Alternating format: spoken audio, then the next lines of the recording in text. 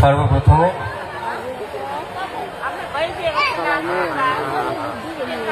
এ যুগের যুগত্রাতা আসন্ন মহাকুরুক্ষেত্রের মহানায়ক আমাদের পরম পিতা জন্মসিদ্ধ ঠাকুর শ্রী শ্রী বালক ব্রহ্মচারী মহারাজের শ্রীপদবাদ্যে কোটি কোটি প্রণাম জানিয়ে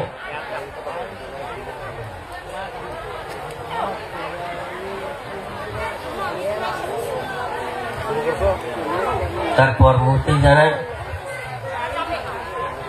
এখানে সমবেত আমার প্রাণ প্রিয় কর্মী গুরু ভাই বোন, বয়োজ্যেষ্ঠ ব্যক্তি মা ভাই বোন, আপনজন প্রাণের জন এবং যারা এখানে উপস্থিত হতে পারেননি, দূর দূরান্ত থেকে মাইকের আওয়াজ শুনতে পাচ্ছেন,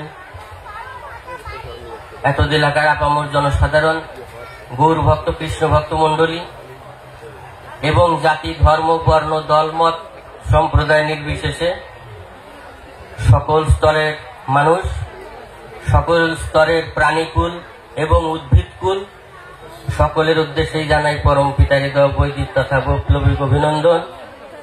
রাম রাম রাম, রাম রাম রাম, রাম রাম রাম।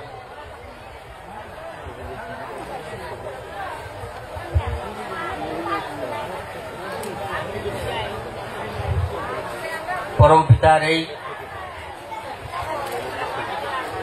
ধ্রুব তত্ত্ব, বিশ্ব প্রকৃতি বেদের তত্ত্ব আমার পক্ষে বলা দুঃসাধ্য ব্যাপার। তাতে আমার অসুস্থ শরীর, পরম পিতা যদি আমার মুখ দিয়ে কৃপা করে বলান দু চার কথা, তবে আমার পক্ষে সম্ভব হবে। যাই হোক, বলতে গেলে অনেক বিষয়, অনেক সময় প্রয়োজন। সেই অনেক বড় বিষয়কে সংক্ষিপ্ত আকারে নিয়ে এসেছি, সে সম্পর্কেই দু চার কথা বলবো গুরুর কৃপায়, পরম পিতার আশীর্বাদে আপনাদের সামনে। এতক্ষণ যাবৎ আমাদের শ্রদ্ধেয় দাদারা অনেক বিষয়ের উপরে আলোচনা করলেন, আপনারা শুনলেন। সারাদিন গানের ছন্দে অনেক তত্ত্ব আলোচনা হয়েছে এবং এই আলোচনার পরে রাত্রে গানের ছন্দে, বাজনার তালে, গানের তালে অনেক তত্ত্ব আলোচনা হবে। এবং আমরা যে বাজনা ছাড়া শুধু খালি মুখে কথা শুনছি, পরম পিতার এই অফুরন্ত তত্ত্ব সবকিছুরই মূল্য আছে। তো যাই হোক, আমরা হয়তো পরম পিতা নির্বিকল্প সমাধিতে যাওয়ার পরে 93 সালে অনেকে বিভ্রান্ত হয়ে গেছি, পরম পিতাকে অনেকে ভুল বুঝেছি, পরম পিতা থেকে অনেক দূরেও সরে গেছি। কিন্তু আমরা পরম পিতাকে কতটা সঠিকভাবে মূল্যায়ন করতে পেরেছি সেটা আমরা আলোচনার মাধ্যমে আমরা আজকে শুনব। আমাদের সেই চিন্তাধারা সেটা সঠিক হয়েছে কিনা,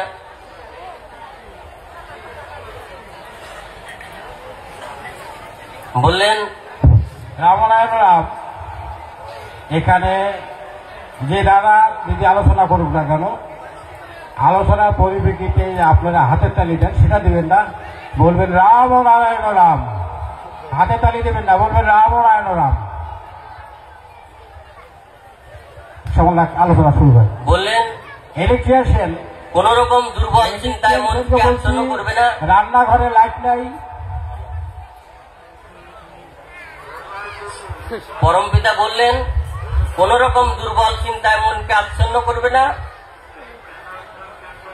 সবল চিন্তাকে বাঁচিয়ে রাখতে হবে সবল তত্ত্ব দিয়ে। মানে পরম পিতার অবর্তমানে, পরম পিতার অন্তরালে যাওয়ার পরে এই যে আমাদের সময়টা, এই সময়ে কি করতে হবে সবকিছুই পরম পিতা আগেই বলে রেখে গেছেন। বলেন কোন রকম দুর্বল চিন্তায় মনকে আচ্ছন্ন করবে না, সবল চিন্তাকে বাঁচিয়ে রাখতে হবে সবল চিন্তা দিয়ে। আমরা সেই সবল তত্ত্ব ভুলে গেছি, সেই সবল তত্ত্বের অভাবে আমরা সবল চিন্তাও ভুলে গেছি। আমাদের মন নানা রকম দুর্বলতা, নৈরাশ্যের বাণী আমাদেরকে গ্রাস করে ফেলেছে। আমরা পরম পিতাকে ভুল বুঝেছি, পরম পিতার থেকে দূরে সরে গেছি। আমরা জানি 1960 সালে পরম পিতা 22 দিন নির্বিকল্প সমাধিতে ছিলেন। যখন তিনি নির্বিকল্প সমাধিতে ছিলেন সেই 22 দিন সেই পৃথিবীর বড় বড় ডাক্তার তাকে পরীক্ষা করা হয়েছিল। তাকে পরীক্ষা করে তার দেহে জীবিতের লক্ষণ কোনো পাওয়া যায়নি। একজন মরা মানুষের যে চেহারা হয় সেই রকম অবস্থা প্রাপ্ত হয়েছিল, জীবিতর কোনো লক্ষণ ছিল না। তারপর সেই 21 দিনের দিন, মানে 22 দিনের দিন, 21 দিন পর ধীরে ধীরে তার তাপমাত্রা এলো, ধীরে ধীরে শরীরে হার্টবিট শুরু হলো, পালস পাওয়া গেল। যখন তিনি নির্বিকল্প সমাধি ভঙ্গ করলেন, একটা সংক্ষিপ্ত আলোচনা করেছিলেন, অনেক কথাই সেখানে বলেছিলেন পরম পিতা। সেই 60 সালে নির্বিকল্প সমাধি ভঙ্গ করার পরে বললেন, পাহাড়ের দিকে গিয়েছিলাম, অনেক বরফ পড়েছে, অনেক সাধুরা, অনেক লোকজন সেখানে আটকা পড়ে গেছিল, বরফে চাপা পড়ে গেছিল, বরফ গলিয়ে গলিয়ে তাদেরকে রক্ষা করতে হয়েছে, তাই ঠান্ডায় আমার সর্দি লেগে গেছে। তাহলে পরম পিতা নির্বিকল্প সমাধিতে বসেছিলেন 22 দিন, সেখানে জীবিতর লক্ষণ ছিল না। 22 দিন পরে জীবিতর লক্ষণ এলো। তারপরে বললেন যে আমি সেই দেহ রেখে অন্য জায়গায় তিনি কাজ করেছিলেন, কাজে ব্যস্ত ছিলেন, সেই 22 দিন বিভিন্ন জায়গায় কাজ করেছেন, সেটা নিজে মুখে বললেন। তাহলে সেটা যদি আমরা সবাই বিশ্বাস করতে পারি, সেটা যদি মেনে নিতে পারি, তাহলে 1993 সালে নির্বিকল্প সমাজের বাতাবরণ সৃষ্টি করে তিনি অন্তরালে গেছেন, বিশ্বজোড়া বিরাট কাজে ব্যস্ত আছেন। তিনি সারা বিশ্বব্যাপী সেই যে কাজের জন্য, সেই ব্যক্তিগত কাজের জন্য তিনি এসেছেন, সেই বিরাট কাজে তিনি ব্যস্ত আছেন।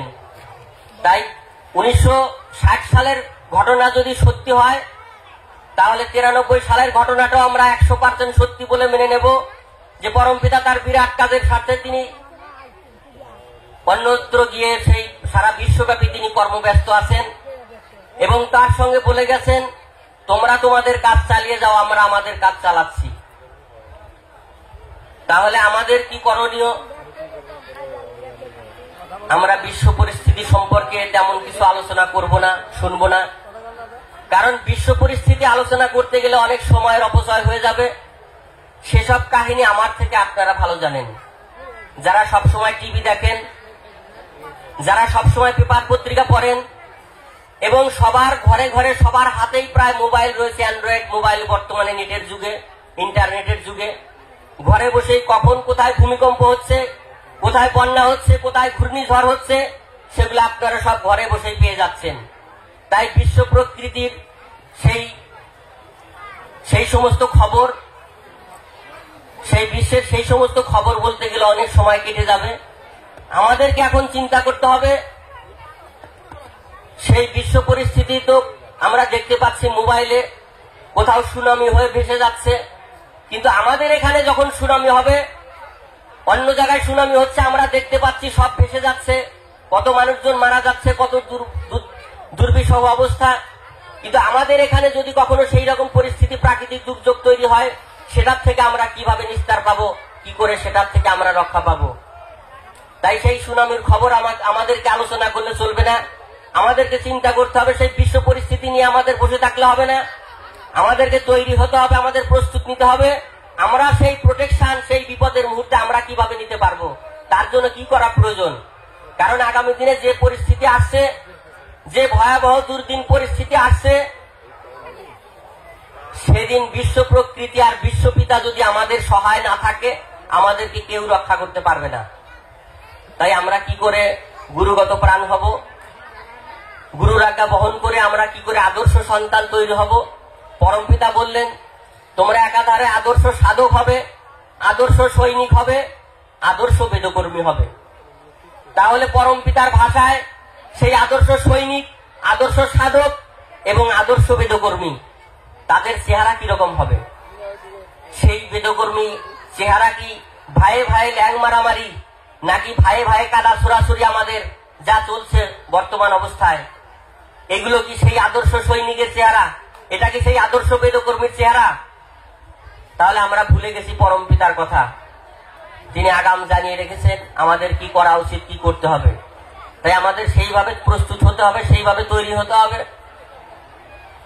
সমস্ত গুরু ভাই বোনদের কাছে আমরা ভালো সাজলাম, সবাই আমাদেরকে ভালো বললো, আমাকে ভালো বললো। সারা পৃথিবীর মানুষের কাছে আমি মন জয় করলাম, সবাই আমাকে ভালো বললো। কিন্তু পরম পিতা আমাকে দূরে সরিয়ে দিল। সারা সমস্ত গুরু ভাই বোনদের কাছে আমি ভালো হলাম, সবাই আমাকে ভালো বলছে, সারা পৃথিবীর মানুষ আমাকে ভালো বলছে, মন জয় করে ফেলেছি, কিন্তু পরম পিতা আমাকে দূরে সরে দিয়েছে, দূরে ফেলে দিয়েছে। তাহলে আমার কি কোনো লাভ আছে? কি আপনারা চুপ করে থাকবেন না? বলুন, আপনারা সবাই একযোগে বলুন রাম রাম রাম। তাহলে সারা পৃথিবীর সমস্ত গুরু ভাই বোন, সমস্ত মানুষ যদি আমাদের পক্ষে থাকে, পরম পিতা যদি বিপক্ষে চলে যায়, আমাদের কোনো লাভ নেই।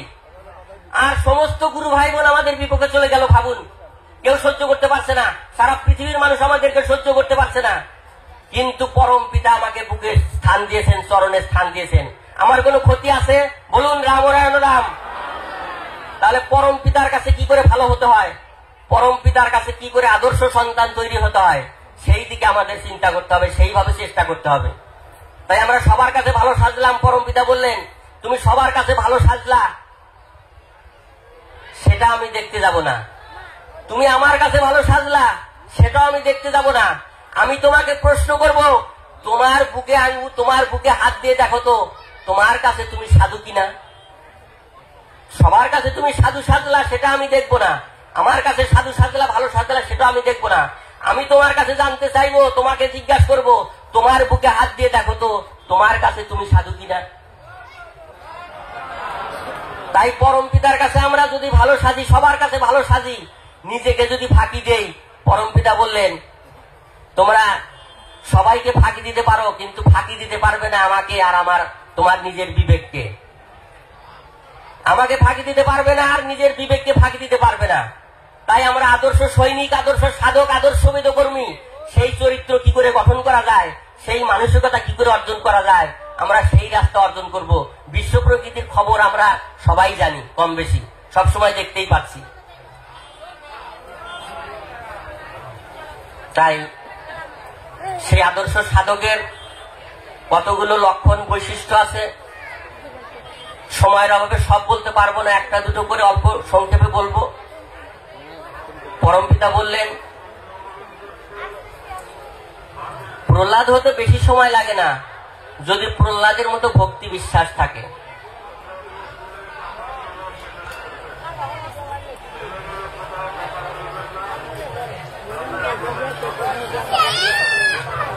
বললেন প্রহ্লাদ হতে বেশি সময় লাগে না, যদি প্রহ্লাদের মতো ভক্তি বিশ্বাস থাকে।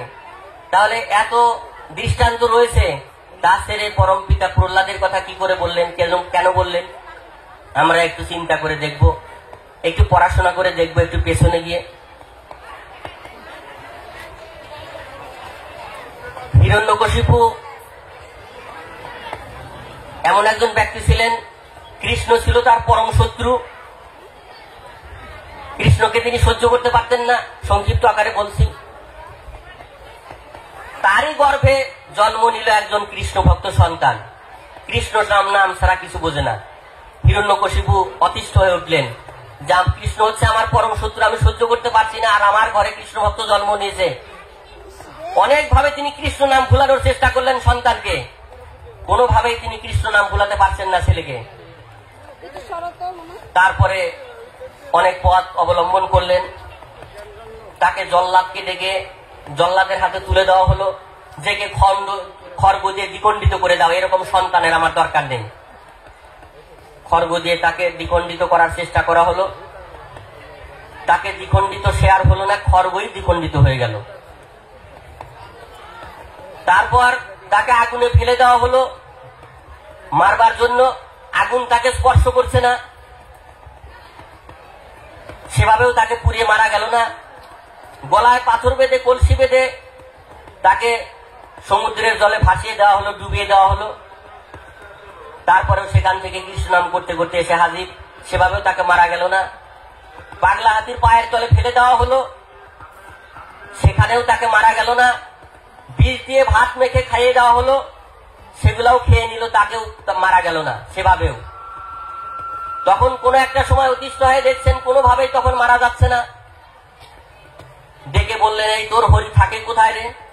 তুই যে এত হরি হরি করিস, তোর হরি থাকে কোথায়? প্রহ্লাদ 5-6 বছর বয়স সরল বিশ্বাসে বললেন, কেন আমার হরিকে তো আমি সবখানেই দেখতে পাই। গর্জন করে বললেন, সবখানেই মানে কি, খুলে বল। পাশে একটা ফটিক স্তম্ভ ছিল, পাকা করা একটা পিলার। হিরণ্যকশিপু বললেন, এই ফটিক স্তম্ভটাই পাকা করা পিলারের ভিতরে কি তোর হরি আছে? প্রহ্লাদ বলে ফেললেন, হ্যাঁ এর ভিতরেও আছে। সব জায়গায় যদি থাকে ওখানে থাকবে না কেন? তখন হরিকে উদ্দেশ্য করে সজোরে একটা লাথি মেরে ওই স্তম্ভটাকে ভেঙে গুঁড়ো করে দিলেন হিরণ্যকশিপু। যখনই গুঁড়ো করে দিলেন, নরসিংহ একটা মূর্তি বের হয়ে আসলো সেখান থেকে, অর্ধেক সিংহের অর্ধেক মানুষের আকৃতি। এসে তাকে তার ভবের খেলা সাঙ্গ করে দিল। এইবার কথা হচ্ছে, ওই ফটিক স্তম্ভটার ভিতরে কি ওই নরসিংহ মূর্তি থাকার মতো ফাঁকা জায়গা ছিল? ছিল না। তাহলে কোথায় ছিল? ছিল প্রহ্লাদের অটল ভক্তি বিশ্বাসের কাছে। সেই অটল ভক্তি বিশ্বাসের কাছে সেই প্রহ্লাদের সেই হরি ছিল সেইখানে। তাই আমরা পরম পিতাকে অনেক ভুল বুঝি, অনেকে দোষারোপ করি, বিভ্রান্ত হয়ে যাই। লোকের কথায়, শোনা কথায়, কান কথায় বিভ্রান্ত হয়ে যায়। পরম পিতা যেটা নিষেধ করে রেখেছেন। এমনও ব্যক্তি আছে, গুরু ভাই বোন আছে, পরম পিতাকে বিশ্বের আর কোথাও খুঁজে পাচ্ছে না, হারিয়ে ফেলেছে। পরম পিতাকে হারিয়ে ফেলেছে, কোথাও আর খুঁজে পাচ্ছে না। একজনের প্রশ্নের জবাব আমি বললাম, পরম পিতাকে আপনি কোথাও খুঁজে পাচ্ছেন না, আর আমি এই বিশ্ব ব্রহ্মাণ্ডে পরম পিতা নেই কোথায় এমন কোন জায়গা খুঁজে পাচ্ছি না। এই বিশ্ব ব্রহ্মাণ্ডে পরম পিতা নেই কোথায় এমন কোন জায়গা খুঁজে পাচ্ছি না। তাই এই জগৎ সংসার, এই বিশ্ব সংসার পরম পিতাময়, বিশ্বপিতাময় এই জগৎ সংসার। পরম পিতা বলেন, আমি আকাশে বাতাসে মিশে থাকি, সর্ব অবস্থায় সর্ব জায়গায় পরম পিতা রয়েছেন।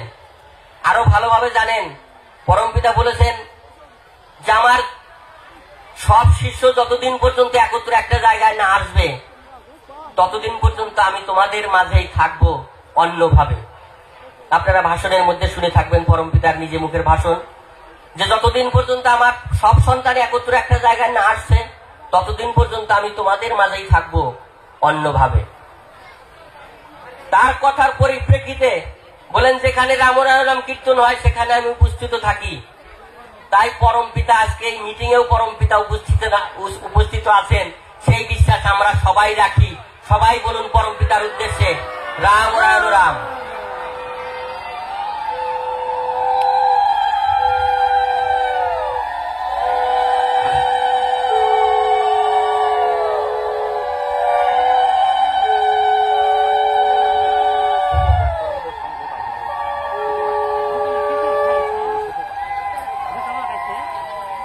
বললেন, তোমরা যখন আমাকে ডাকো, তোমাদের প্রত্যেকের ডাক আমার কানে এসে পৌঁছায়। যুক্তি দিলেন, তোমরা যখন আমাকে ডাকতে থাকো, আমাকে যখন ডাকো, তোমাদের প্রত্যেকের ডাক আমার কাছে এসে পৌঁছায়। যুক্তি দিলেন কিভাবে? সেন্টারে গান হচ্ছে, রেডিও সেন্টারে, হাজার জায়গায় হাজারটা রেডিও আছে।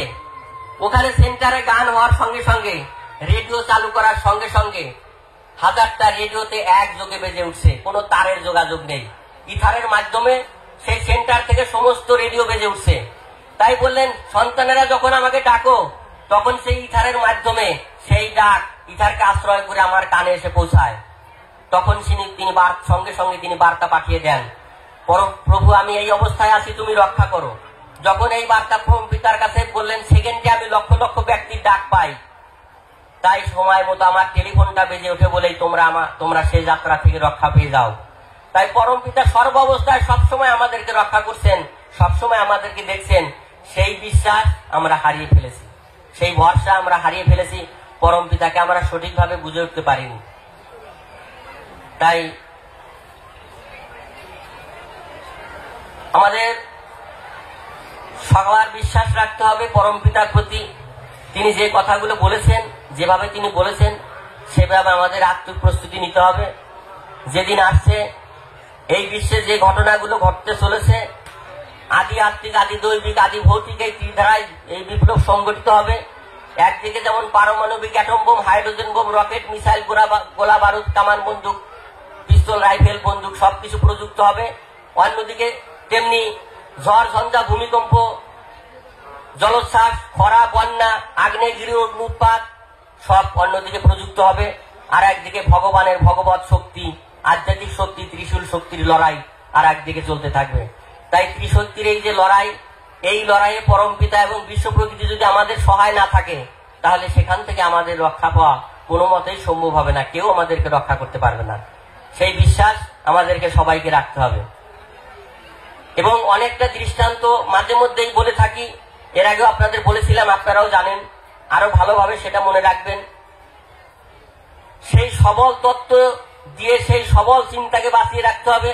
তার আগে পরম পিতাকে আমরা সঠিকভাবে মূল্যায়ন করতে পেরেছি কিনা সেটা আমরা মিলে দেখব।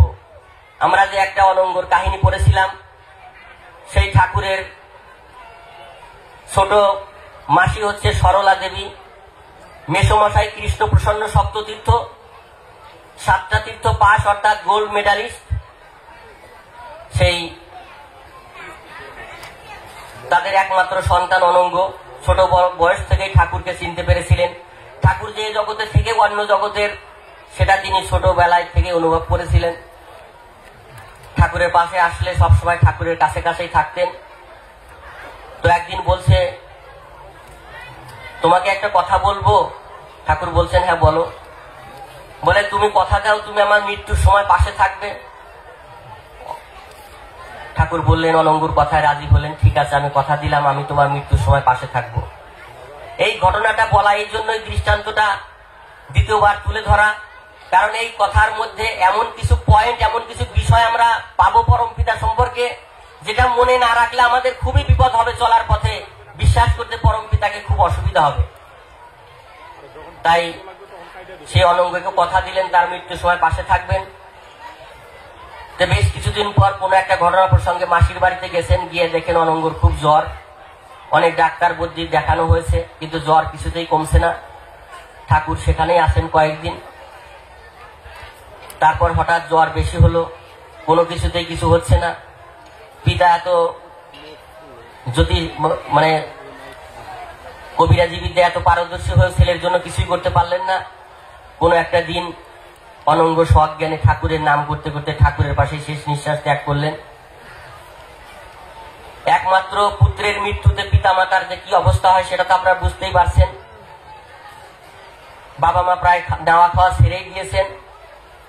পরম পিতা সেখান থেকে আসতে পারছেন না, কারণ মাসি এবং মেসোমশাইকে রান্না বাড়া, খাওয়া দাওয়া এবং থালা বাসন মাজা সব কাজ তাকে একা হাতে করতে হচ্ছে পরম পিতাকে। এবং এই খবর শুনে অনেক দূর দূরান্ত থেকে অনেক আত্মীয় স্বজন আসছেন, তাদের রান্না বাড়া, খাওয়া দাওয়া, বাসন মাজা সব পরম পিতাকে একা হাতে করতে হচ্ছে। তাই তিনি সেরে আসতে পারছেন না। তো এইভাবে 7 দিন হয়ে গেছে। তার মামাতো ভগ্নিপতি শ্যামাচরণ সমাজদার মশাইও এসেছেন, বয়সে পিতৃতুল্য ঠাকুরের। তারপর 7 দিন হয়ে গেছে। একদিন অনঙ্গর মা বলছে ঠাকুরকে, তুমি তো সব পারো,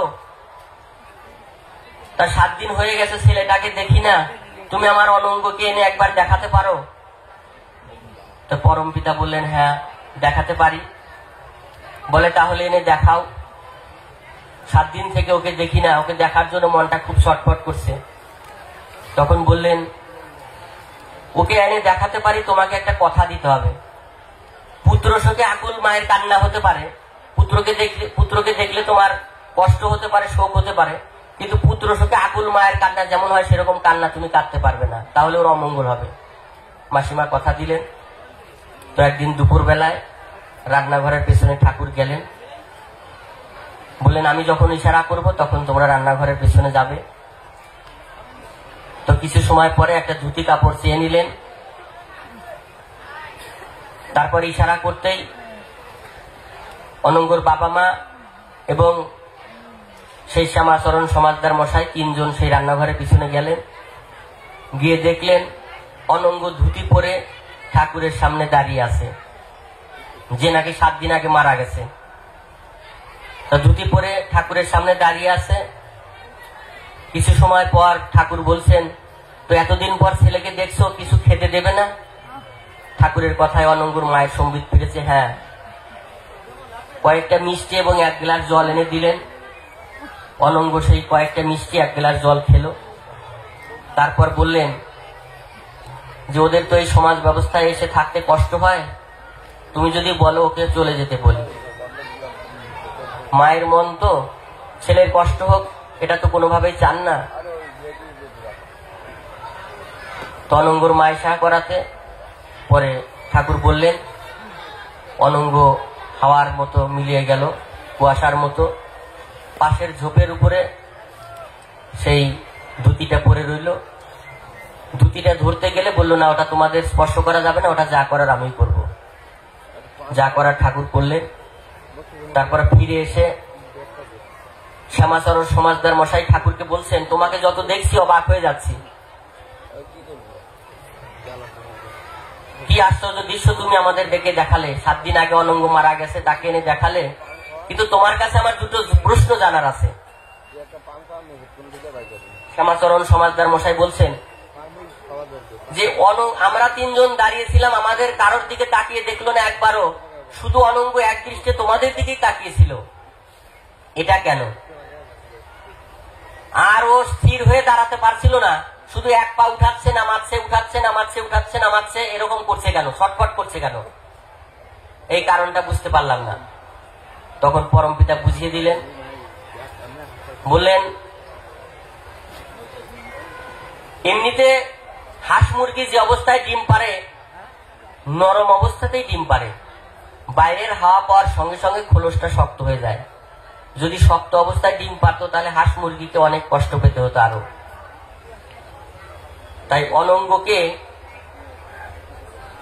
ওই ডিমের নরম অবস্থায় রেখে অবস্থার মতো অনঙ্গকে তোমাদের সঙ্গে দেখা করে দিলাম। তার জন্য ওর পায়ের নিচে অনেক ভোল্টের বিদ্যুৎ কারেন্ট উৎপন্ন করে রেখেছিলাম, যাতে ও স্থির হয়ে দাঁড়াতে না পারে। ও যদি একবার স্থির হয়ে দাঁড়িয়ে যায় তাহলে তোমাদেরকে ছেড়েও যেতে চাইবে না। তারপরে এখানে বেদেহী এবং বিদেহী একটা অস্বস্তিকর অবস্থা তৈরি হয়ে যাবে। তাই ওর পায়ের নিচে অনেক ভোল্টের বিদ্যুৎ উৎপন্ন করে রেখেছিলাম, যাতে ও স্থির হয়ে দাঁড়াতে না পারে। আর এক দৃষ্টি আমার দিকে তাকিয়েছিল এই জন্য, কারণ মৃত্যুর পরে ওর দিক দৃষ্টি খোলা হয়ে গেছে। ও মৃত্যুর পরে বুঝতে পেরেছে, আমাকে চিনতে পেরেছে। তাই মৃত্যুর পরে বিশ্ব ব্রহ্মাণ্ডে কারোর প্রতি ওর কোনো আকর্ষণ নেই, একমাত্র আমাকেও চিনতে পেরেছে সঠিকভাবে। তাই আমার দিকেই একমাত্র তাকিয়েছিল, কারণ ওর দিক দৃষ্টিটা খোলা হয়ে গেছে, ও আমাকে চিনতে পেরেছে। তাই আমাকে চিনতে পারবে যারা এখান থেকে চলে গেছে, তারা কিছুটা জানতে পেরেছে। যেমন আপনারা জানেন, অশ্বিনী চ্যাটার্জি যখন চলে যায়, মুন্সিগঞ্জের বাড়িতে ঠাকুরের সঙ্গে দেখা করে যায়। যখন অশ্বিনী চ্যাটার্জি ঠাকুরের সঙ্গে দেখা করতে গেলেন, ঠাকুরের পাশে মোহাম্মদ আলী এবং রবি ঘোষ দাঁড়িয়েছিল। অশ্বিনী চ্যাটার্জি ঠাকুরের সঙ্গে দেখা করলেন, কথা বললেন। মোহাম্মদ আলী এবং রবি ঘোষ ভাবলো অন্যদিন যেরকম আসে দেখা করতে, সেরকমই বুঝিয়ে এসেছেন অশ্বিনী চ্যাটার্জি। তারপরে বিকেল বেলায় যখন খবর এলো, সন্ধ্যাবেলায় শুনলো অশ্বিনী চ্যাটার্জি অনেক আগেই মারা গেছে। তাহলে কি করে ঠাকুরের সঙ্গে এইভাবে দেখা করে গেল? তাই যারা এখান থেকে চলে গেছে তারাই ঠাকুরকে কিছুটা বুঝতে পেরেছে। আমরা দেহের মাঝে আছি, আমরা যে কত সৌভাগ্যবান আমরা নিজেরাও জানি না, কিন্তু আমরা ঠাকুরকে চিনতে পারছি না, পরিষ্কার বুঝতে পারছি না, কারণ আমাদের দিক দৃষ্টিটা খোলা হয়নি। তাই অনঙ্গর কাহিনীটা বলার পরে ঠাকুর বললেন, এই বিশ্ব ব্রহ্মাণ্ডে অনেকেই অনেক ক্ষমতা হাতে রেখেছে, কিন্তু আমি কোনো ক্ষমতাই হাতে রাখি নাই, শুধু একটাই ক্ষমতা হাতে রেখেছি। এই বিশ্ব ব্রহ্মাণ্ডে যত জীব আছে, শুধু মানুষ নয়, যত জীব আছে সমস্ত, সেই গাছপালা, কীটপতঙ্গ, মশা মাছি, কীটপতঙ্গ, গরু ছাগল, জন্তু জানোয়ার, ভেড়া ছাগল থেকে শুরু করে যত জীব আছে, সমস্ত জীবের যে আত্মার ডিপার্টমেন্ট আছে, সেই আত্মার ডিপার্টমেন্টে আমার হাতে আছে। সমস্ত আত্মার ডিপার্টমেন্টের মালিক আমি। তাহলে পরম পিতাকে সে দীক্ষিত হোক এবং অদীক্ষিত হোক বা যে কোনো জীব হোক, বেঁচে থাকতে যদি চিনতে নাও পারে, মৃত্যুর পরে সবাই দিক দৃষ্টি খোলা হয়ে যাবে সবার। মৃত্যুর পরে পরম পিতাকে সবাই চিনতে পারবে। তাই বেঁচে থাকতে আমরা যদি চিনতে নাও পারি, সে দীক্ষিত হই আর অদীক্ষিত হই, যে কোনো জীব হই, মৃত্যুর পরে সবাই চিনতে পারবে পরম পিতাকে। কিন্তু আমরা এখন চিনতে পারছি না পরম পিতা কি জিনিস। যে জিনিস আমরা পেয়েছি, যা কোনোদিন পাওয়াই যায় না, যাই বিশ্বব্রহ্মাণ্ডে কেউ কোনোদিন পায়নি, 33 কোটি দেবতারাও পায়নি, 33 কোটি দেবতারাও যার সান্নিধ্য পায়নি, তাকে আমরা পেয়েছি পরম পিতা। তাই পরম পিতা এক এক সময় দুঃখ করে বলতেন, তোমরা যে কি সময় পেয়েও গুরুত্ব দিচ্ছ না, এই ভেবেই দুঃখ পাই আমি। শেষে অনুতাপে চোখের জলই সার হবে। আমি যদি তোমাদের মতো গুরু পেতাম, এক মুহূর্ত সময় নষ্ট করতাম না, লক্ষ লক্ষ বছর তার চরণ সেবা করতাম। তাহলে কত দুঃখ করে পরম পিতা এই কথা বলতে পারেন। তাহলে কি জিনিস আমরা পেয়েছি, আমরা যে কত সৌভাগ্যবান আমরা নিজেরাও জানি না। একটা দৃষ্টান্ত আপনারা অনেকেই জানেন, অনেক জায়গায় শুনেছেন, অনেক ভাই বোনেরাই বলেছেন, কিন্তু ওই জানা কথাগুলোই একটু মনে করিয়ে দেওয়া। যদিও জানা আছে, জানা কথাগুলো একটু মনে রাখলে ভালো হবে। কারণ এই পয়েন্টগুলো যদি আমরা মনে না রাখি, তাহলে পরম পিতা সম্পর্কে সঠিক মূল্যায়ন আমাদের অসুবিধা হবে। আমাদের মনকে দ্বিধাদ্বন্দ্ব, সন্দেহ, অবিশ্বাস, ভুল ভ্রান্তি, নানা রকম সন্দেহ, নানা রকম অবিশ্বাস আমাদেরকে ঘিরে ধরবে, মনকে আচ্ছন্ন করে ফেলবে। পরম পিতা একবার পুরীতে গেছেন, কয়েকজন ভক্ত শিষ্য সঙ্গে গেছেন। তো গিয়ে বলছেন, তোরা আজকে না সকাল সকাল খেয়ে দিয়ে ঘুমিয়ে পড়বি। যখনই পরম পিতা এই কথাটা বলেছেন, ওরা আর সকাল সকাল খেয়ে দিয়ে ঘুমায়নি, ওরা খেয়ে দিয়ে জেগে আছে যে পরম পিতা নিশ্চয়ই একটা কাণ্ড ঘটাবেন এখানে এসে, দেখতে হবে পরম পিতা কেন এই কথা বললেন। তারপর সবাই শুয়ে আছে, রাত গভীর হয়ে গেছে। পরম পিতা পাশেই পুরীর সমুদ্রের পাড়ে ধীরে ধীরে হাঁটতে হাঁটতে গেছেন। যখন সমুদ্রের পাড়ে দাঁড়িয়েছেন, পরম পিতা দাঁড়িয়েছেন পূর্ণিমা চাঁদের আলো, সেই পূর্ণিমা জ্যোৎস্না চাঁদের আলো পড়ছে সেই সমুদ্রে, ঝলমল করছে, ঝকঝকে পরিষ্কার দেখা যাচ্ছে। কিছুটা দূরে, পার থেকে কিছুটা দূরে পরম পিতা দাঁড়িয়ে আছেন পারে। কিছুটা দূরে ওই সমুদ্রের মধ্যে থেকে বিশাল বড় বড় জটাধারী সেই শুভ্র গৌরবর্ণ চেহারা একটা সাধুর মতো ভেসে উঠল নাভি পর্যন্ত।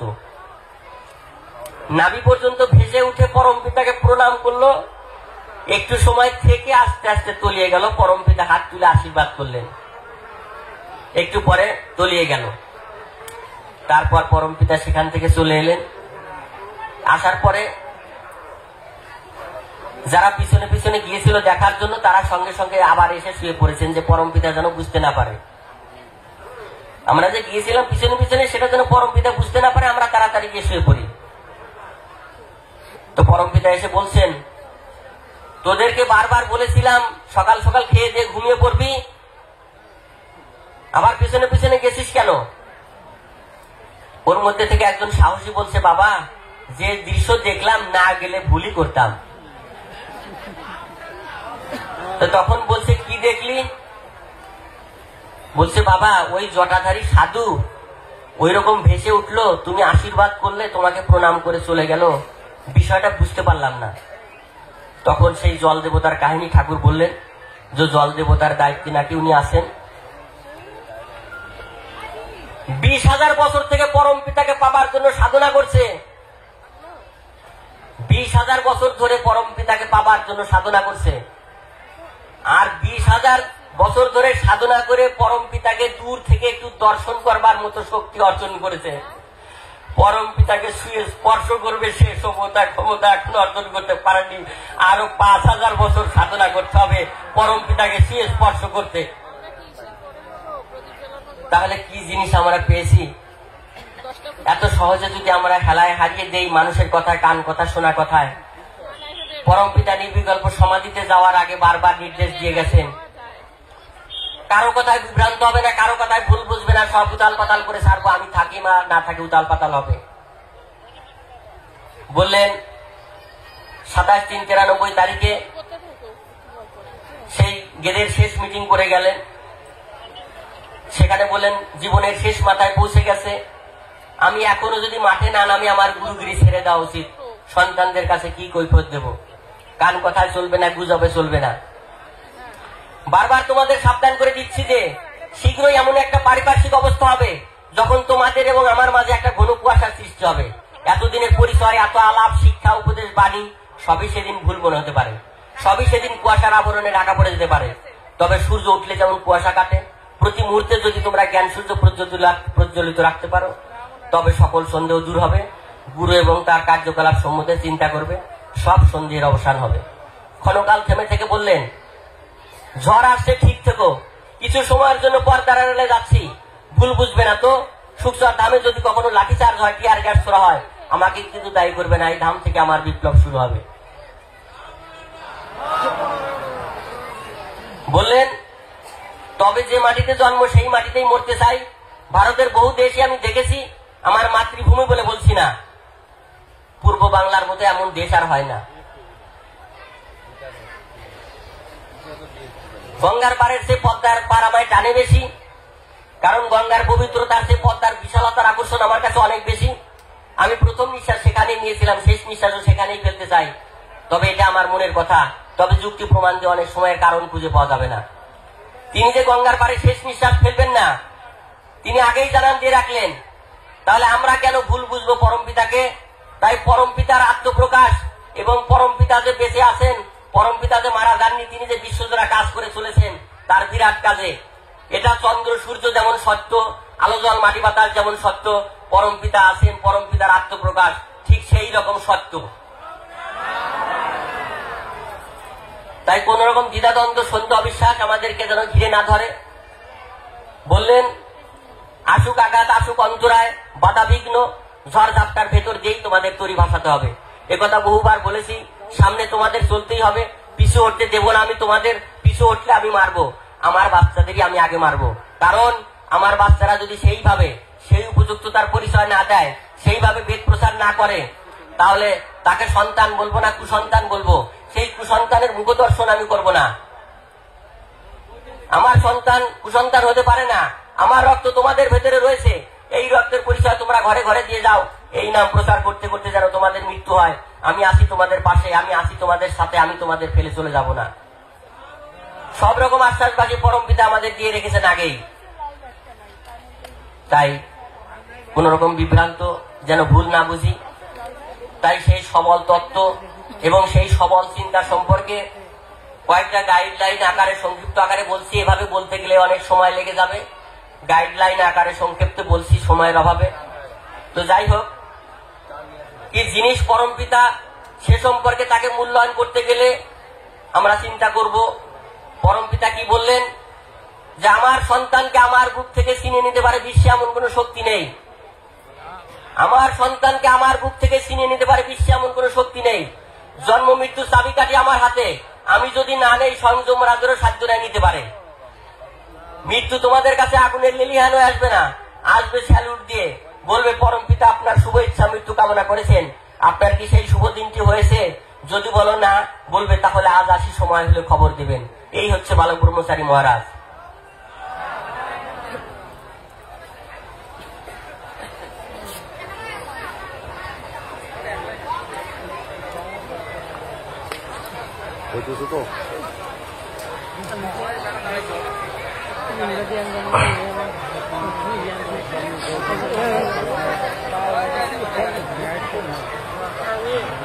বললেন, দিনের বেলায় সূর্যের আলো সবাই সমান ভাবে পায়। উঁচু নিচু, ধনী গরিব, ছোট বড়, জাতি ধর্ম নির্বিশেষে এবং সকল জীব, গাছপালা, উদ্ভিদকুল, প্রাণীকুল দিনের বেলায় সূর্যের আলো সবাই সমান ভাবে পায়। কিন্তু রাতের অন্ধকারে কার ঘরে কতটা আলো জ্বলবে সেটা যার যার ব্যক্তিগত পুঁজির উপর নির্ভর করে। কথাটা খুব মনোযোগ দিয়ে শুনে মনে রাখবেন। দিনের বেলায় সূর্যের আলো সবাই সমান ভাবে পেলেও, সবাই সমান ভাবে পায়, কিন্তু রাতের অন্ধকারে কার ঘরে কতটা আলো জ্বলবে সেটা যার যার ব্যক্তিগত পুঁজির উপর নির্ভর করে। পরমপিতা উদাহরণ দিলেন, কারো ঘরে হয়তো দিনহীন 50 গ্রাম কেরোসিন তেল আছে, সেই 50 গ্রাম কেরোসিন তেল যখন সন্ধ্যা বেলায় জ্বালানো হবে, 8টা-9টা পর্যন্ত জ্বলবে, তারপরে তেল শেষ হয়ে গেলে সারা রাত্রি সেই বাড়িতে অন্ধকারে পড়ে থাকবে। আর যে বড় লোক, যার বাড়িতে মিটার আছে, ইলেকট্রিক আছে, কারেন্ট আছে, তিনি অনেক টিউব লাইট, অনেক রড বাতি, অনেক বাল্ব জ্বালিয়ে একেবারে দিনের মতো আলো করে রাখতে পারবেন।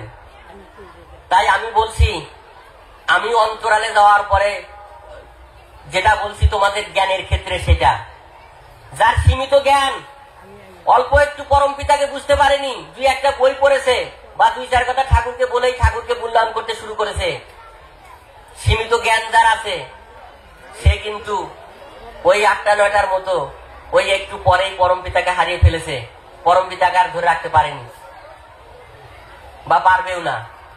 কিন্তু যার অগাধ জ্ঞান আছে, পরম পিতাকে জানতে পেরেছে, সমস্ত বিষয় জানতে পেরেছে, পরম পিতা বলেছেন সবকিছু জানতে হবে, বুঝতে হবে, তত্ত্বে উদ্ভাসিত হতে হবে, শুধু ভক্তিতে থাকলে হবে না, তত্ত্বে জ্ঞানে প্রতিষ্ঠিত না হলে ছিটকে যাবার ভয় আছে।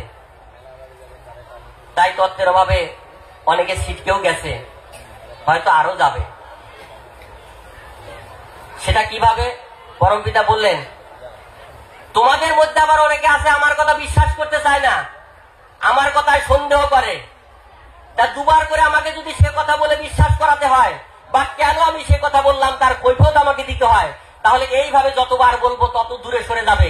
এইভাবে বাইরে দূরে দূরে কত আছে, প্রথমে ধরে রাখার চেষ্টা করি, তারপরে ছেড়ে দিই। তাহলে বুঝতেই পারছেন, পরম পিতা সম্পর্কে দ্বিধাদ্বন্দ্ব, সন্দেহের, অবিশ্বাস আসলে পরম পিতার ঘরানা থেকে বাদ হয়ে যাব, পরম পিতাকে ধরে রাখতে পারবো না। আমরা পরম পিতার কাছে গেছি অনেক সহজে, এমন সহজ, দিনহীন অনেক ভক্ত হয়তো 50 টাকা নিয়ে, 100 টাকা নিয়ে পোটলার মধ্যে চিড়াগুড় বেঁধে কলকাতা চলে গেছি, 5 টাকা 10 টাকার ব্যাস নিয়ে যাওয়া আসা হয়ে গেছে, এত সহজে গেছি। সেখানে গিয়ে অতি সহজে দীক্ষা পেয়েছি, 1 পয়সা দক্ষিণা দিতে হয়নি, অনেক সহজে গেছি, ট্রেন ভাড়া ফ্রি ছিল, 5-10 টাকায় হয়ে গেছে, তারপর ওখানে গিয়ে সহজে দীক্ষা পেয়েছি। আবার এখানে এসে 93 সালের পরে অনেকে পরম পিতাকে ছেড়ে অন্য গুরুর দীক্ষা নিয়েছি, রাজনীতিতে চলে গেছি, অনেক জায়গায় অন্যদিকে চলে গেছি, অনেক এরকম ভাই বোন অনেক হয়েছে, সেটাও সহজেই হয়েছে। কিন্তু একটা জিনিস সহজ হয়নি, সেটা হচ্ছে তখন থেকে এখন পর্যন্ত, আজ পর্যন্ত পরম পিতার চরণে টিকে থাকা, এটা কিন্তু এত সহজ নয়। সেইটা টিকে থাকতে গেলে অনেক কিছু জানতে হবে, বুঝতে হবে, তত্ত্বে উদ্ভাসিত হতে হবে। আমরা জানি অনেক ভাই বোন অনেক জায়গায় আমাকে প্রশ্ন করে, অনেক জায়গায় আমি এর সম্মুখীন হয়েছি, বিভিন্ন জায়গায় অনেক ভাই বোনেরা বলে থাকেন, পরম পিতা বলেছেন নাম করলেই সব হবে, আর কিছুই করতে হবে না। সেটা ঠিকই বলেছেন, মিথ্যা বলেননি। যে ভাইটা বলেছেন পরম পিতা বলেছেন নাম করলেই সব হবে, সে ভাইটা কিন্তু মিথ্যা বলেনি, ঠিকই বলেছে। কারণ পরম পিতার বলা আছে, এই নামই জীবের মুক্তির পথ, তোমরা সব এক হও, ঘরে ঘরে নাম প্রচার করো, এই নামেই সমগ্র বিশ্ব মানবের কল্যাণ, শৃঙ্খলা এবং শান্তি প্রতিষ্ঠা হবে। কারণ সেই কথার পরিপ্রেক্ষিতে সেই গুরু ভাই কিন্তু মিথ্যা কথা বলেননি, নামেই সব হবে। এক গুরু ভাই বলছে, তত্ত্ব বিষয়ে বলছে যে পরম পিতা বলেছেন তত্ত্বই সব হবে, তত্ত্বই অনেক কিছু হবে, সেটাও ঠিক, মিথ্যা কথা বলেননি। কারণ পরম পিতাই বলে রেখেছেন সবকিছু জানতে হবে, বুঝতে হবে, তত্ত্বে উদ্ভাসিত হতে হবে, শুধু ভক্তিতে থাকলে হবে না, তত্ত্বে জ্ঞানে প্রতিষ্ঠিত না হলে ছিটকে যাবার ভয় আছে। যেমন 93 সালের পরে অনেকে ছিটকে গেছে, আজ পর্যন্ত অনেকে ছিটকে গেছে, তারাও কিন্তু মহানাম গাইতো। আমি মহানামকে অবজ্ঞা করে বলছি না, মাফ করবেন, কিন্তু শুধু মহানাম কিন্তু তাদেরকে আটকে রাখতে পারেনি। কারণ তত্ত্বের অভাবে, পরম পিতাকে মূল্যায়নের অভাবে, পরম পিতাকে বুঝতে পারেনি কি জিনিস এই পরম পিতা, সেই তত্ত্ব তার জানা নেই। কারণ যদি প্রয়োজন না থাকতো তাহলে শুধু নাম দিয়েই খালাস হতেন। এত বই পুস্তক পড়া থাকুক, এত আলোচনা, এত এত এত ঘরোয়া আলোচনা, এত বই পুস্তক এসব দিতেন না, তাহলে সেটারও প্রয়োজন আছে। অনেকে বলছেন জপ করলেই সব হবে, সেটাও মিথ্যা কথা বলেননি। কারণ পরম পিতা বলেছেন আমি তোমাদের 10 মাত্রায় দীক্ষা দিয়েছি, এই মহামন্ত্র জপের ফলে সবকিছুই তোমাদের প্রাপ্তি হবে। মনে রাখবেন, এই মহামন্ত্র জপের ফলে সবকিছুই তোমাদের প্রাপ্তি হবে।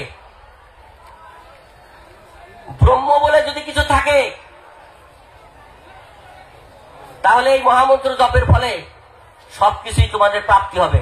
আমি তোমাদের 10 মাত্রায় দীক্ষা দিয়েছি। এই 10 মাত্রা অর্জন করতে গেলে একজন সাধককে 20 কোটি বছর সাধনা করতে হয়। তাহলে পরমপিতা আমাদের যে 10 মাত্রায় দীক্ষা দিয়েছেন, সেই 10 মাত্রা অর্জন করতে গেলে একজন সাধককে 20 কোটি বছর সাধনা করতে হয়।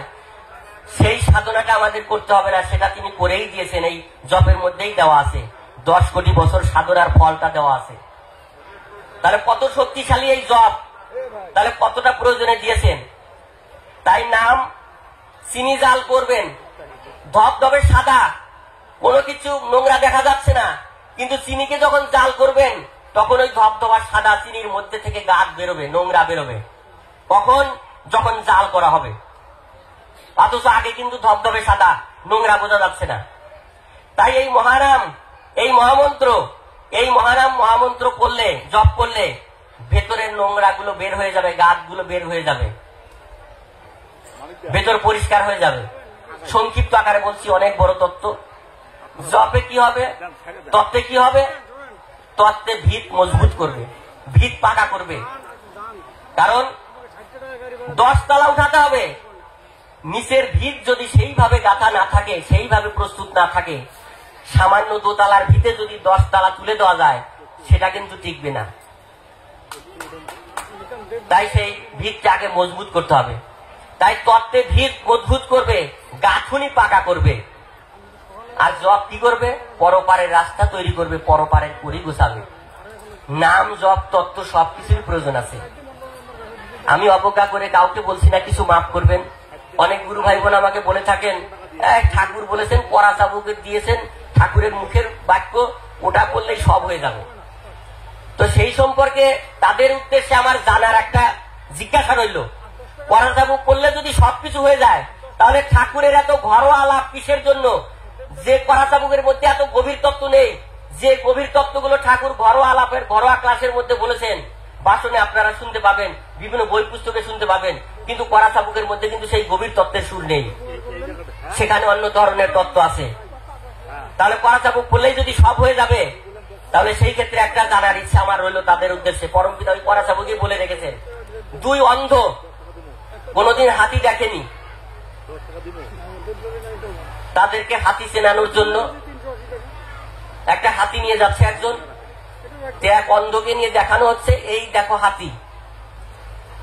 তো হাতির সুরটা এক অন্ধ হাতিয়ে দেখে বলছে, ও হাতি হোস পাইপের মতো। সুরটা হাতিয়ে দেখে বলছে, ও বুঝলাম হাতিটা হোস পাইপের মতো। আর এক অন্ধকে হাতির কান দেখিয়ে বলা হচ্ছে, এই যে দেখো হাতি, কানটা হাতিয়ে দেখে বলছে, ও বুঝলাম হাতি কুলোর মতো। আপনি বলুন, তাহলে হাতি হোস পাইপের মতো, নাকি হাতি কুলোর মতো, নাকি হাতি দোতলা ঘরের মতো বিশাল প্রকাণ্ড, বিশাল আকারের হাতি? তাই শুধু নাম, শুধু তত্ত্ব, শুধু জপ দিয়ে পরমপিতাকে বিচার করলে পরমপিতার সঠিক মূল্যায়ন করতে পারবো না।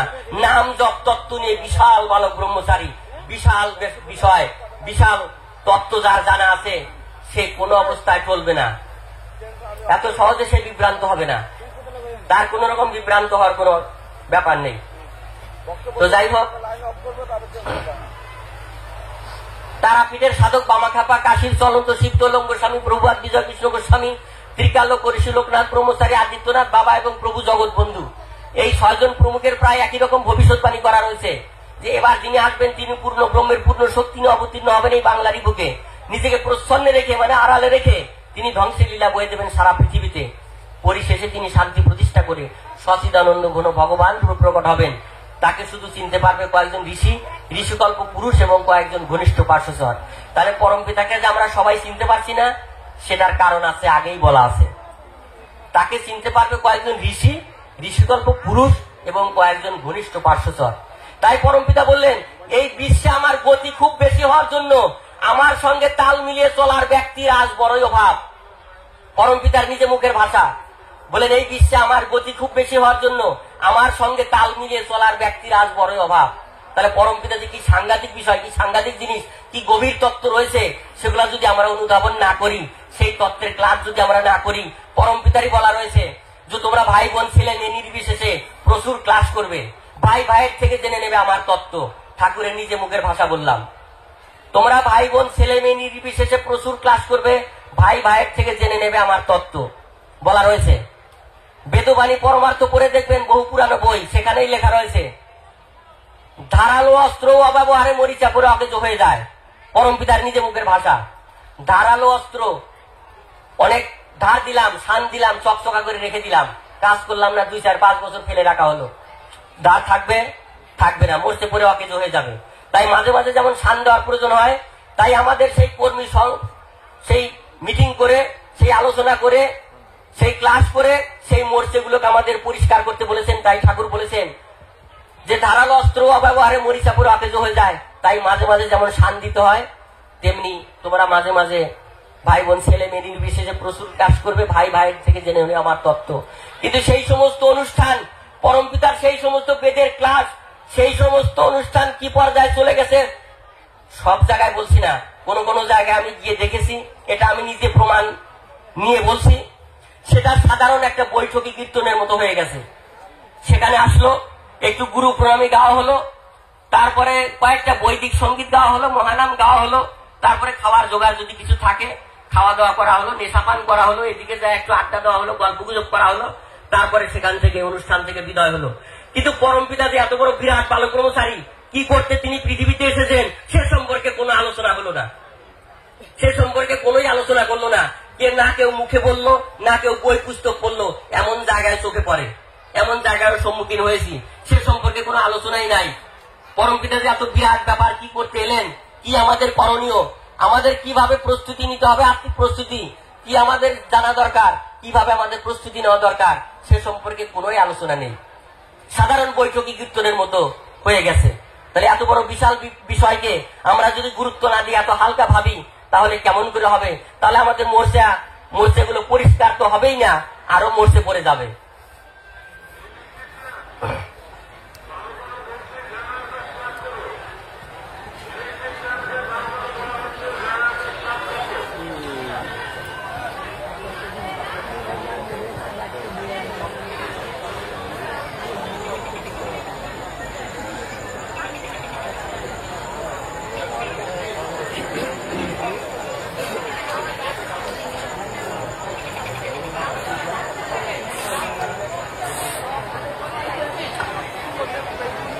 একটা দৃষ্টান্ত দিচ্ছি। কলকাতায় তখন ঘোড়ার গাড়ির প্রচলন ছিল, একটা গাড়ির প্রচলন ছিল। পরমপিতা ঘোড়ার গাড়িতে, একটা মুসলমান একটা ঘোড়ার গাড়িতে চেপে বাসায় ফিরলেন। তো সেখানে ফেরার পরে ঘোড়ার গাড়ির থেকে যখন নামলেন, নামার পরে সেই ঘোড়াটা পরমপিতার দিকে এক দৃষ্টে তাকিয়ে আছে এবং চোখ দিয়ে জল পড়ছে। ঘোড়া কান্না করছে ঠাকুরকে দেখে। পরমপিতা এগিয়ে গেলেন, ওকে মাথায় হাত বুলিয়ে দিলেন, হাত বুলিয়ে দিয়ে সান্ত্বনা দিয়ে তারপরে পরমপিতা চলে গেলেন। তারপর যথারীতি ঘোড়ার গাড়ি নিয়ে সে মালিক চলে গেল। সকালবেলা নিয়ে রেখেছে, সকালবেলা উঠে দেখে ঘোড়াটা আস্তা বলে মরে পড়ে রয়েছে। তো সেই ঘোড়ার গাড়ি মালিক দেখছে কোন রকম কিছু না, ডাক্তার দেখানো হলো, কোনো কারণ খুঁজে পাওয়া গেল না, ঘোড়াটা হঠাৎ এভাবে মারা গেল।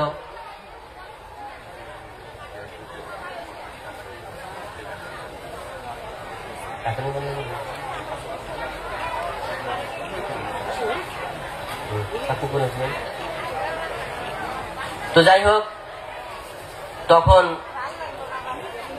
ডাক্তার দেখিয়েও কোনো কারণ খুঁজে পাওয়া গেল না, ঘোড়াটা কি করে মারা গেল।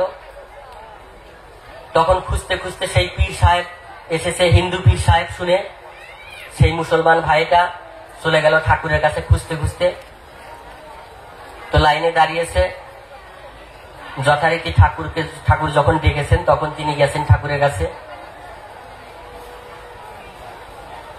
তো ঠাকুরকে দেখে বলছে, আমি একটা জিনিস হিসাবে মেলাতে পারছি না, কালকে যখন আপনাকে ঘোড়ার গাড়িতে করে নিয়ে এলাম, তা ঘোড়াটা আপনাকে দেখে কান্না করতেছিল, আপনি তাকে আশীর্বাদ করে মাথা হাত বুলিয়ে দিলেন, তারপর রাত্রিবেলা এইভাবে ঘোড়াটা মারা গেল।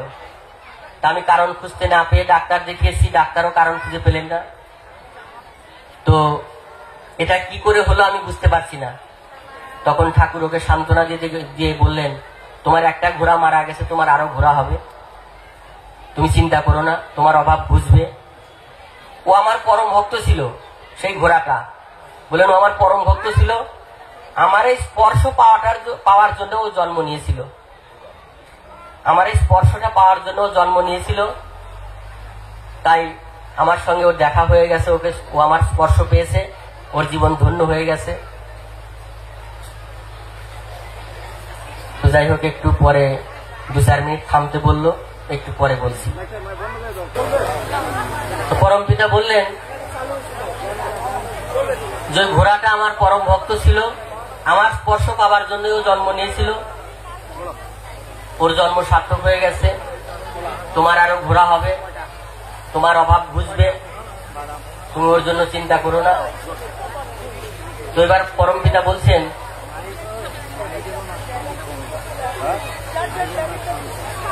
মহানরা এই বিশ্বের চৈতন্য সত্তায় সূক্ষ্মাকারে বিরাজ করেন। কথাটা খুব ধ্যান দিয়ে শুনবেন।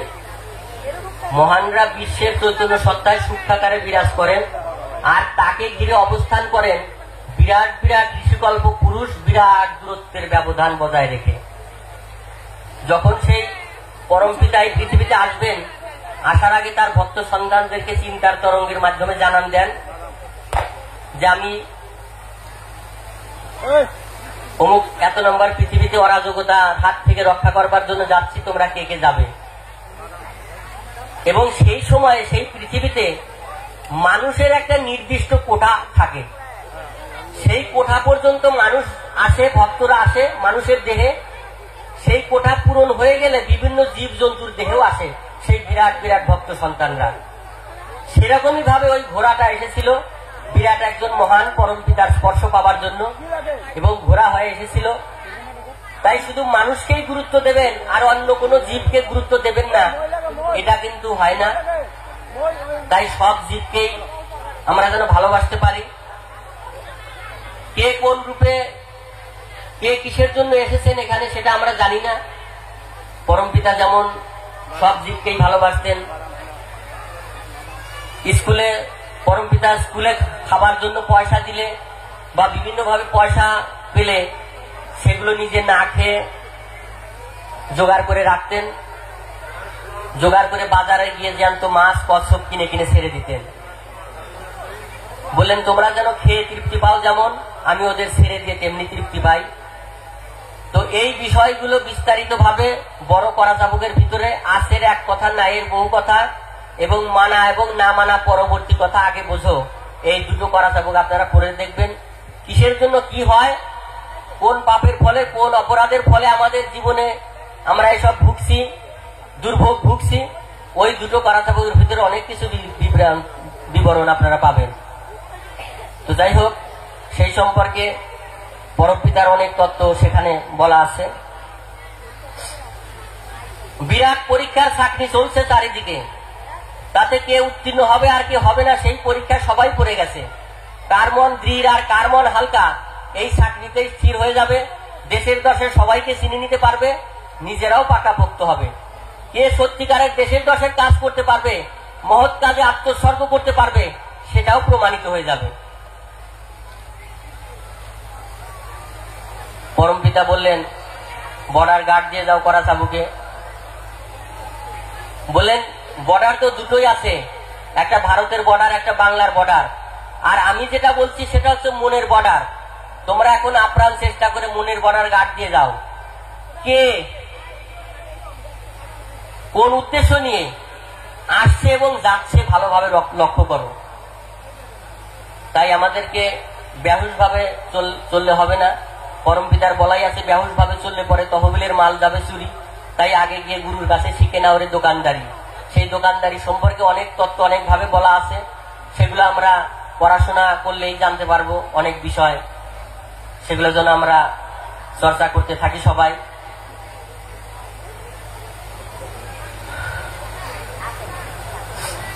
বলেন, আমি আদেশ যখন দেব সামনাসামনি দেব, আমার আদেশ অপরে বহন করে নিয়ে গেলে চলবে না। মনে রেখো, আমি নিজে এসে সবার সামনে বলবো, আমার বাল বাচ্চা ওঠ, আমার সাথে সাথে আয়।